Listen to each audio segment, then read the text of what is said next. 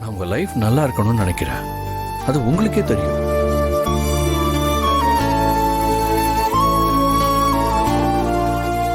ஆதி, உங்களுக்கு எப்படி சொல்லி புரிய வைக்கிறதுன்னு தெரியல எனக்கு. ஆமா, அதே தான் நானும் சொல்றேன். உங்களுக்கு இந்த விஷயத்த நான் எப்படி புரிய வைக்கிறதுன்னு எனக்கு தெரியல.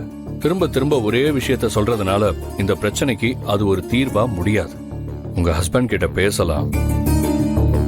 கண்டிப்பா எந்த மாதிரி பிரச்சனையா இருந்தாலும் பேசி தீர்க்க முடியாதது இந்த உலகத்துல எதுவுமே கிடையாது.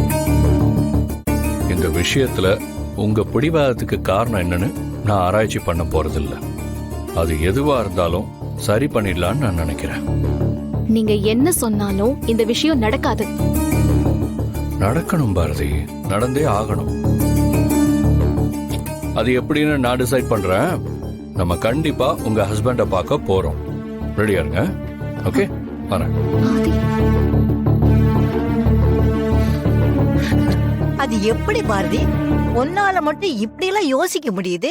நீ புருஷன் வந்துட்டான்னு சொன்னதும் ஆதி உன் புருஷனை பார்க்கணும் பேசணும்னு தொந்தரவே பண்ண மாட்டாரு அப்படின்னு என்னென்ன சொன்ன? அடாடாடாடா, அவன் ஆதி அவ்வளவு சீக்கிரம் விட்டுற மாட்டான். எப்பவுமே நம்ம தான் புத்திசாலின்னு நினைச்சிட்டு இருக்க கூடாது. எங்கே இருக்கான்னு சொன்னா கூட தேடிக்கிட்டு இருந்திருக்கலாம். அவசரப்பட்டு வந்துட்டான், அவன் என்கிட்ட பேசிட்டான்னு வேற சொல்லிட்டியா? இதுக்கு பேரு தான் சொந்த காசுல சூனிய வச்சுக்கிறது. இப்ப அடிச்சிட்டு போறான் பாத்தியா? ஆதியா கொக்கா? பாட்டி இருங்க பாட்டி. அக்கா, உன் மனசுல நீ என்னதான் நினைச்சிட்டு இருக்க? ஒரு பிரச்சனையை மூடி மறைக்க தேவையில்லாம வேற வேற பிரச்சனையை எழுதிட்டு இருக்க. மாமா கேட்டதும் எல்லா உண்மையும் அவர்கிட்ட சொல்லியிருந்தா ஒரே நேரத்துல எல்லா பிரச்சனையும் முடிஞ்சிருக்கும். நீ தேவையில்லாம கண்டதையும் யோசிக்கிறதுனாலதான் இந்த மாதிரி பிரச்சனை எல்லாம் வருது. மனோ, உன்கிட்ட நான் நிறைய தடவை சொல்லிட்டேன், இந்த விஷயத்த பத்தி தயவு செஞ்சு பேசாதான்னு. அது நடக்காது. அது நடக்காதுன்னு சொல்லிட்டு வேற ஏதோ விஷயத்த பண்ணிட்டு இருக்கியேக்கா. விடுற மனோ, உன் அக்கா அவ புடிச்ச முயலுக்கு 3 காலுதான்னு சொல்லி அடம் பிடிக்கிறா. பட்டாதான் தெரியும்.